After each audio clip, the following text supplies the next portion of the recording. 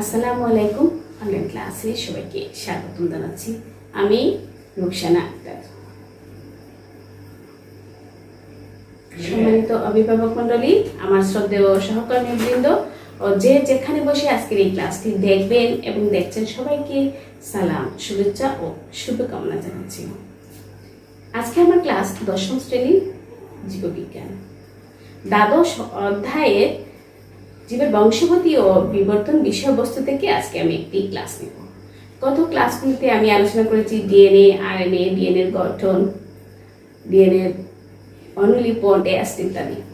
আজকের ক্লাসে আমি আলোচনা করব মানুষের লিঙ্গ নির্ধারণে ক্রোমোজোমের ভূমিকা। সুপ্রিয় শিক্ষার্থীরা, আজকের ক্লাসের শিক্ষণফল মানুষের লিঙ্গ নির্ধারণে ক্রোমোজোমের ভূমিকা ব্যাখ্যা করো। ক্রোমোজোম তোমরা পড়ে এসেছো, কোথায় থাকে? নিউক্লিয়াসে।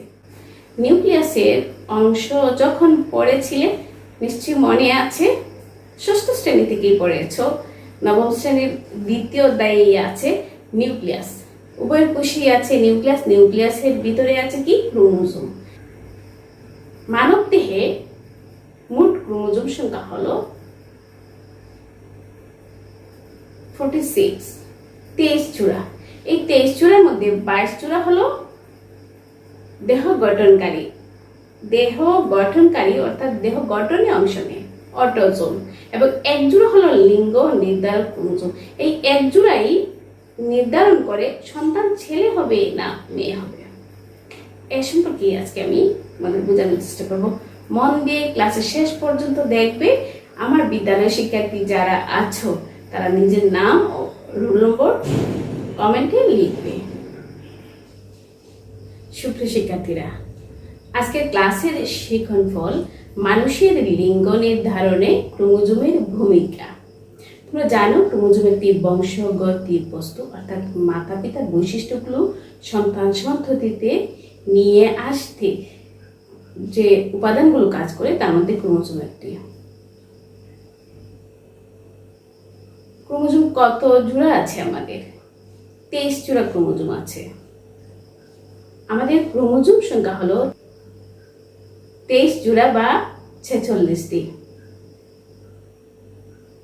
46 ক্রোমোজোম আমাদের 23 জোড়া। এই 23 জোড়া ক্রোমোজোমের মধ্যে 22 জোড়া হলো অটোজোম বা দেহ গঠনকারী ক্রোমোজোম এবং এক জোড়া হলো লিঙ্গ নির্ধারণ ক্রোমোজোম এবং 22 জোড়া হলো অটোজোম। 22 জোড়া বা 44টি হলো অটোজোম। 22 জোড়া বা 44টি হলো অটোজোম। এক জোড়া হলো লিঙ্গ নির্ধারক ক্রোমোজোম। অটোজোমগুলো দেহ গঠনে অংশ নেয়। লিঙ্গ নির্ধারণে এদের কোনো ভূমিকাই নেই। এই যে 46টি ক্রোমোজোম আছে তার মধ্যে 44টি বা 22 জোড়া দেহ গঠনে অংশ নেয়, আর এক জোড়া লিঙ্গ নির্ধারক ক্রোমোজোম, সেগুলো শুধু লিঙ্গ নির্ধারণে ভূমিকা রাখে। এই এক জোড়া ক্রোমোজোম এক্স এবং ওয়াই নামে পরিচিত। এর একটি হলো এক্স আর আরেকটি হলো কি? ওয়াই। এই এক্স এবং ওয়াই আকৃতির নামটা এমনি আসেনি। এক্স ক্রোমোজোমটা আকৃতিও এক্স এর মতো এবং ওয়াই ক্রোমোজোমের আকৃতিও হলো ওয়াই এর মতো। আমি যখন দ্বিতীয় অধ্যায় তোমাদের পড়িয়েছিলাম বা ডিএনএ পড়ানোর সময় কিন্তু তোমাদের এই বিষয়গুলো নিয়ে কিছুটা আলোচনা করেছিলাম। অধ্যায় 2 আলোচনা করার সময় আমি তোমাদের এই বিষয়টা বোঝানোর চেষ্টা করেছিলাম। ক্রোমোজোম আছে তোমাদের অধ্যায় 2 এর বিষয়বস্তুতে। আবার বলছি, এক্স এবং ওয়াই নামকরণ এসেছে এই আকৃতি থেকে। এক্স ক্রোমোজোমের আকৃতি হলো এক্স এর মতো, তাই তার নাম হলো এক্স ক্রোমোজোম, এবং ওয়াই ক্রোমোজোমের নাম হলো ওয়াই ক্রোমোজোম, কারণ তার আকৃতি হলো ওয়াই অক্ষরের মতো, ইংরেজি ওয়াই এর মতো, ওয়াই এর মতো বলে তার নাম হলো ওয়াই ক্রোমোজোম। আশা করছি বুঝতে পেরেছো তোমরা। নারীদের ডিপ্লয়েড কোষে 2টি ক্রোমোজোমই হলো এক্স এক্স। আমরা আগে বলেছিলাম সেক্স ক্রোমোজোম বা লিঙ্গ নির্ধারক ক্রোমোজোম হলো এক জোড়া বা 2টি। নারীদের ডিপ্লয়েড কোষের মধ্যে এই 2টি ক্রোমোজোমই হলো এক্স এক্স, অর্থাৎ 2টি এক্স ক্রোমোজোম, এক জোড়া ক্রোমোজোম, 2টি হলো এক্স। পুরুষের ক্ষেত্রে 2টির মধ্যে একটি হলো এক্স আর একটি হলো ওয়াই। আবার বলছি, পুরুষের ক্ষেত্রে দুটি ক্রোমোজোমের, একটি হলো এক্স আর একটি হলো ওয়াই। নারীদের এটি দুটিই হলো এক্স। এক্স এবং ওয়াই ক্রোমোজোম দুটিই লম্বা এবং রডের মতো, তবে ওয়াই ক্রোমোজোমটা এক্স ক্রোমোজোমের চেয়ে কিছুটা ছোট, আকৃতিতে কিছুটা ছোট। নারীদের ডিম্বাশয়ে ডিম্বাণু তৈরি করার সময় যখন মিয়োসিস বিভাজন ঘটে, তখন প্রতিটি ডিম্বাণু অন্যান্য ক্রোমোজোমের সাথে একটি করে এক্স ক্রোমোজোম লাভ করে। নারীদের ডিম্বাশয়ে ডিম্বাণু তৈরি করার সময় প্রতিটি ডিম্বাণু অন্যান্য ক্রোমোজোমের সাথে একটি করে এক্স ক্রোমোজোম লাভ করে। অপরদিকে পুরুষের শুক্রাণু সৃষ্টির সময় প্রতিটি শুক্রাণু অর্ধেক সংখ্যক শুক্রাণু এক্স ক্রোমোজোম লাভ করে এবং বাকি অর্ধেক সংখ্যক শুক্রাণু ওয়াই ক্রোমোজোম লাভ করে। একটি ডিম্বাণু পুরুষের এক্স অথবা ওয়াই ক্রোমোজোম বিশিষ্ট শুক্রাণু দ্বারা নিষিক্ত হতে পারে। আবার বলছি, একটি ডিম্বাণু পুরুষের এক্স অথবা ওয়াই ক্রোমোজোম বিশিষ্ট একটি শুক্রাণু দ্বারা নিষিক্ত হতে পারে। গর্ভধারণকালে কোন ধরনের শুক্রাণু ডিম্বাণুকে নিষিক্ত করেছে তার উপর নির্ভর করে সন্তানের লিঙ্গ নির্ধারণ হয়। কোন ধরনের শুক্রাণু মাতার এক্স ডিম্বাণুর সাথে মিলিত হয়েছে তার উপর নির্ভর করেই সন্তানের লিঙ্গ নির্ধারণ হয়। সেকে কেবল একটি শুক্রাণুই ডিম্বাণুর সঙ্গে মিলিত হবে, তাই পিতার এক্স বা ওয়াই ক্রোমোজোম কোনটি সফলভাবে মিলিত হয়েছে তার উপর নির্ভর করে সন্তানের লিঙ্গ। যদি এক্স বহনকারী শুক্রাণু নিষেক গঠায় মিলিত হয়, তাহলে জাইগোট হবে এক্স এক্স, কারণ মায়ের ডিম্বাণুটা এক্স ছিল, বাবার এক্স এসে মিলিত হয়ে এখানে এক্স এক্স ক্রোমোজোম বিশিষ্ট জাইগোট সৃষ্টি হবে। আর যদি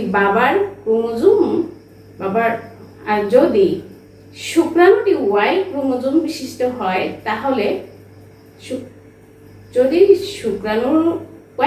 বিশিষ্ট হয়, তাহলে জাইগোট হবে এক্স ওয়াই, অর্থাৎ ক্রোমোজোম দুটি হবে এক্স এবং ওয়াই, এক্স ওয়াই।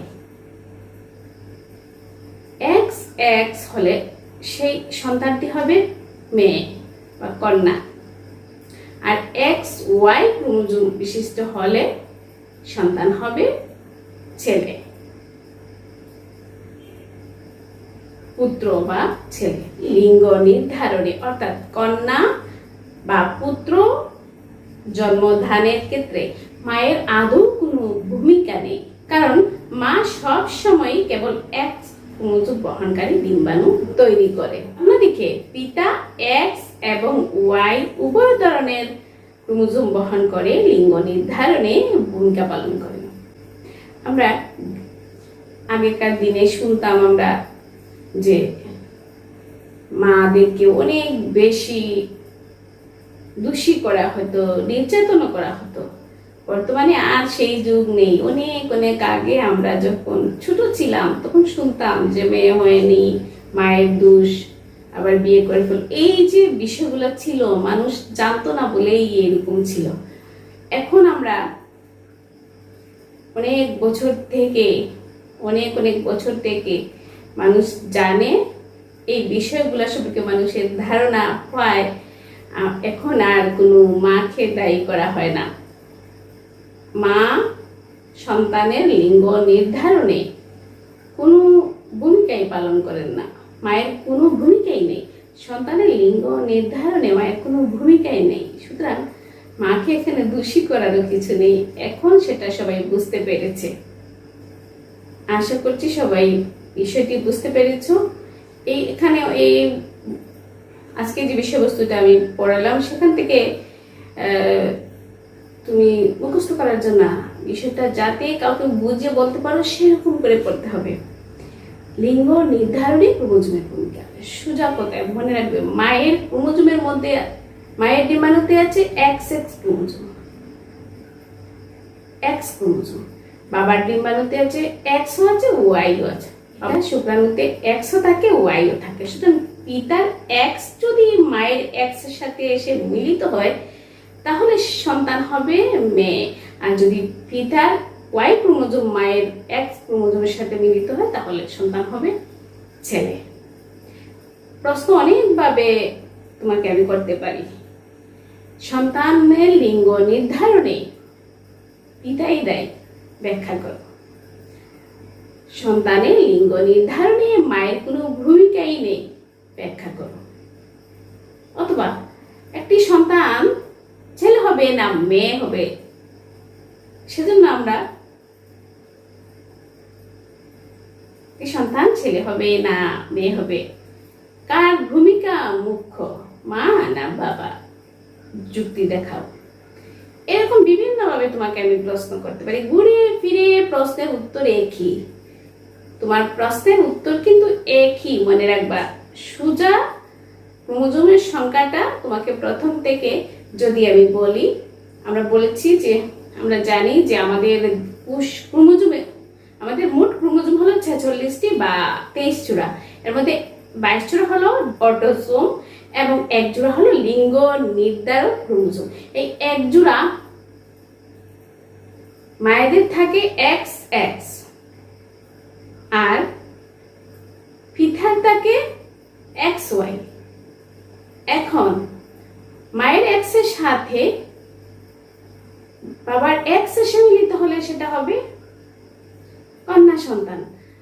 মায়ের X এর সাথে বাবার Y এসে মিলিত হলে সন্তান হবে পুত্র সন্তান। এখানে লক্ষ্য করো, মা দায়ী থাকার কোনো সুযোগই নেই। XX দুটি ক্রোমোজোমই হলো X, 1 জোড়া ক্রোমোজোমের দুটিই হলো X, আর বাবার একটি হলো X আর একটা হলো Y। তো বাবার Y মিলিত হলে পুত্র সন্তান হবে, X মিলিত হলে বাবার X মিলিত হলে কন্যা সন্তান হবে।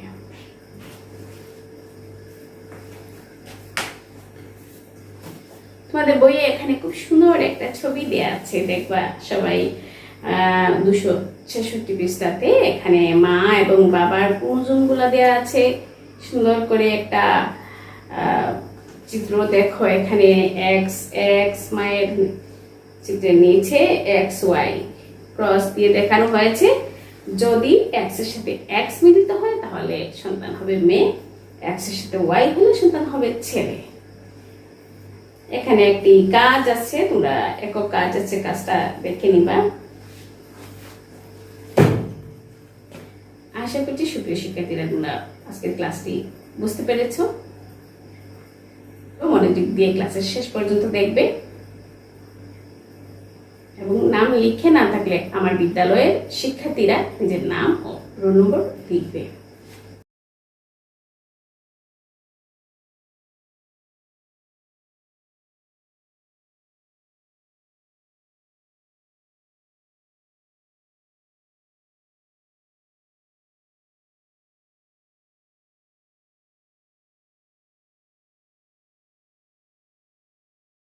সুপ্রিয় শিক্ষার্থীরা, আশা করছি আজকের ক্লাস তোমরা মনোযোগ দিয়ে দেখেছো, বোঝার চেষ্টা করেছো, বুঝেছো।